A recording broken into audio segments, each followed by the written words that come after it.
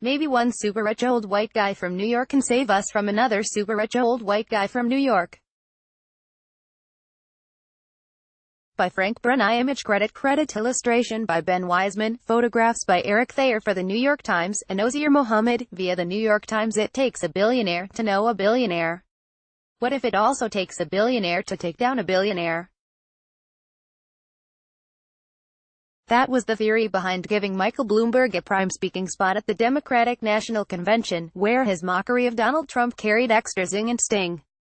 And that's the idea, well, one of the ideas, behind Bloomberg's possible bid for the presidency in 2020. You didn't hear? It was a morsel of news easily missed amid the ceaseless slop from the White House and Capitol Hill. Bloomberg is again thinking about running, and if he forges ahead, he'll compete for the Democratic Party's nomination. To the extent that people I know reacted to this, it was with a chuckle or an eye roll vigorous enough for corneal abrasion. What most of them said was some version of, "Oh, great, that's just what voters want and America needs, another super rich old white guy from New York." But no two super rich old white guys from New York are exactly alike, and these two have little in common, including financially. Trump's net worth, as mysterious as the Yeti, is estimated to be about $3 billion, while Bloomberg supposedly tops $50 billion. To those of us who make do with fewer zeros and commas, that gap may seem meaningless, but you can fit the annual gross domestic product of North Korea in it. Bloomberg, 76, probably doesn't stand a chance. He has all the va-va-voom of a ficus tree, all the populism of a Bermuda golf course. And he's hardly the perfect suitor for a party whose loudest voices are on the left. But if we're going to start putting Democrats' diverse options for 2020 on magazine covers, falling in and out of love with them and floating scenarios sublime and ridiculous, he warrants an iota of oxygen, a small pocket of the breathlessly speculative space that Cory and Kamala and Elizabeth and Beto are taking up. And that's not just because he's a serious person of stratospheric accomplishment. His name is synonymous with excellence, Nancy Pelosi recently said.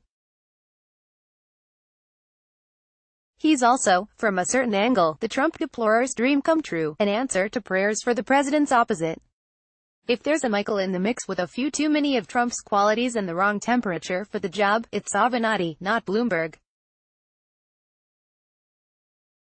Bloomberg is as insistent on order as Trump is on disorder, as steady as Trump is spastic. Trump won't give us a moment's peace. Bloomberg could lull us to sleep. Politically speaking, we need the REMs. Bloomberg is as prepared as Trump was unready. The presidency for him wouldn't be a first whirl at governance. Some gee whiz, why not? How hard can this be, Lark? He spent 12 years, from 2002 through 2013, as New York's mayor, in charge of a complicated city of more than 8 million people. Trump operates by gut. Bloomberg demands data and more data. Trump doesn't really have his hand on the wheel, he just wants to be the shiny hood ornament. Bloomberg is all pinpoint GPS navigation. He didn't always steer New York in the right direction.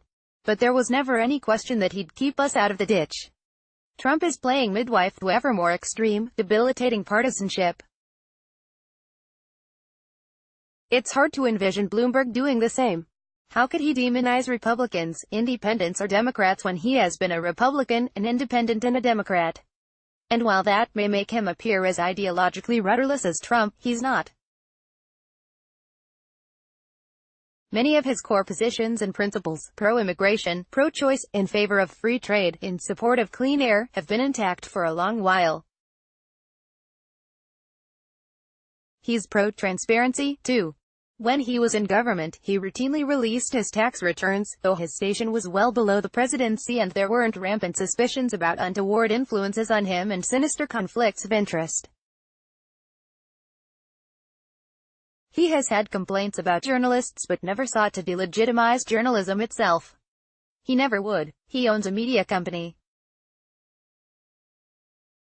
He built that company from scratch, without noteworthy melodrama.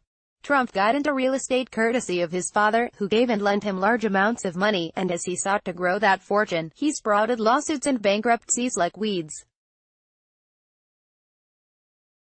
Bloomberg is fanatical about recruiting top-notch talent and empowering it. Trump picks a mix of standouts and stooges and disempowers them, if they're lucky. If they're not, he disembowels them. Ask Jeff Sessions, who probably considers Mel Gibson's end in Braveheart preferable to his endless mortification. Bloomberg's top aides say that with him, loyalty is a two-way street. With Trump it goes in only one direction. Bloomberg's mayoral administration was light on ethical scandals. Trump's presidential administration, why even waste the keystrokes? Trump is a Potemkin philanthropist, so much so that a Washington Post reporter, David Fahrenthold, won a Pulitzer Prize for exposing all the fakery in the Trump Foundation, and the Attorney General of New York opened an investigation into it. Bloomberg is the real deal, supporting a carefully chosen array of causes genuinely dear to him. 8 years ago he signed the Giving Pledge, by which nearly 200 billionaires around the world have agreed to donate more than half of their wealth. In the last 2 years alone, he gave away more than $1 billion. He has gaping blind spots, which were described well in a recent story about his potential candidacy by my Times colleagues Alexander Burns and Sidney Ember. I was floored that he digressed in an interview with Burns to wonder about the accusations against Charlie Rose, the news anchor who was dismissed from the shows that he hosted on CBS, PBS and Bloomberg's own cable network after numerous women accused him of sexual harassment. The reporting on Rose was thorough and persuasive. And though Bloomberg, during his mayoralty, famously rode the subways, he never managed to seem of the subways. But then, the 2016 election has left me confused about who should, could and does have the ability to connect with middle-class and blue-collar Americans. Many of them saw a champion in Trump. It's funny, Republican voters came to embrace Trump, and then Republican lawmakers meekly followed suit, though he hadn't done all that much for the party before. Democratic voters are probably less inclined to embrace Bloomberg, but he has pumped substantial sums of money into initiatives regarding gun control, LGBT rights, climate change and more, that matter to them. That doesn't make him their best choice. It certainly doesn't make him their likely one. But I hope it elicits their respect and, if he pursues this thing, an open-minded assessment. So many of the virtues lost on Trump are found in him. Let's celebrate that, as a way of making sure that the party's eventual nominee possesses them in robust measure. Correction, an earlier version of this column misspelled the surname of a Times reporter. She is Sidney Ember, not Embers. Frank Bruni has been with the Times since 1995 and held a variety of jobs, including White House reporter, Rome bureau chief and chief restaurant critic before becoming a columnist in 2011. He is the author of 3 best-selling books. At Frank Bruni Facebook, a version of this article appears in print on page State Route 3 of the New York edition with the headline, "Is this man the antidote to Donald Trump?" Order reprints. Today's paper. Subscribe.